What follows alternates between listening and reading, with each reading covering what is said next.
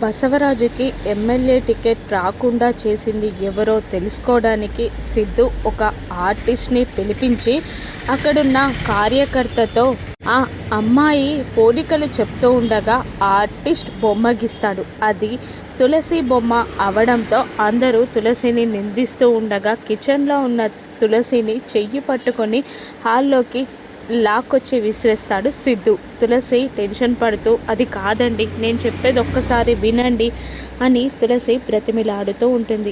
కానీ సిద్ధు ఏమీ వినిపించుకోకుండా తులసి పైకి చెయ్యెత్తుతాడు. తులసి కొడతాడేమో అన్న భయంతో కళ్ళు మూసుకుంటుంది. కానీ ఎవరు ఊహించని రీతిలో సిద్ధు కనిష్క చెంపని పగలగొడతారు. కనిష్కని సిద్ధు అలా కొట్టడంతో అందరూ షాక్ అయి సిద్ధు కనిష్కల వైపు చూస్తూ ఉంటారు.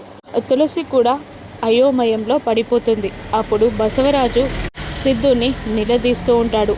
కనిష్క ఏం తప్పు చేసిందిరా, అంత దెబ్బ కొట్టావు అని బసవరాజు అంటూ ఉండగా ఇది చేసిన పనికి కొట్టాలా చంపాలా అంటూ వేలు చూపిస్తూ బెదిరిస్తూ ఉంటాడు సిద్ధు. నేనేం చేశాను అని అమాయకంగా కొట్టిన చెంపపై చెయ్యి పెట్టుకుని అడుగుతూ ఉంటుంది కనిష్క.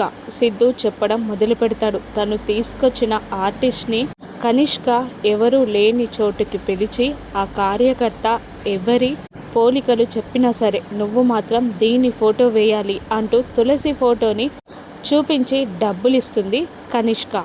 అటువైపుగా వెళ్తున్న సిద్ధు ఆ భాగోతమంతా చూసి కోపంతో రగిలిపోతూ ఉంటాడు.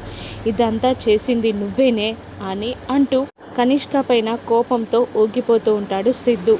ఏమీ సమాధానం చెప్పలేక ఏం చేయలేక అలా సిద్ధుని అమాయకంగా చూస్తూ ఉండిపోతుంది కనిష్క. తులసి కూడా ఆ గండం నుంచి బయటపడ్డందుకు కాస్త టెన్షన్ రిలీఫ్ అవుతుంది. ఇప్పుడు బసవరాజు కనిష్కనేమైనా అంటాడా?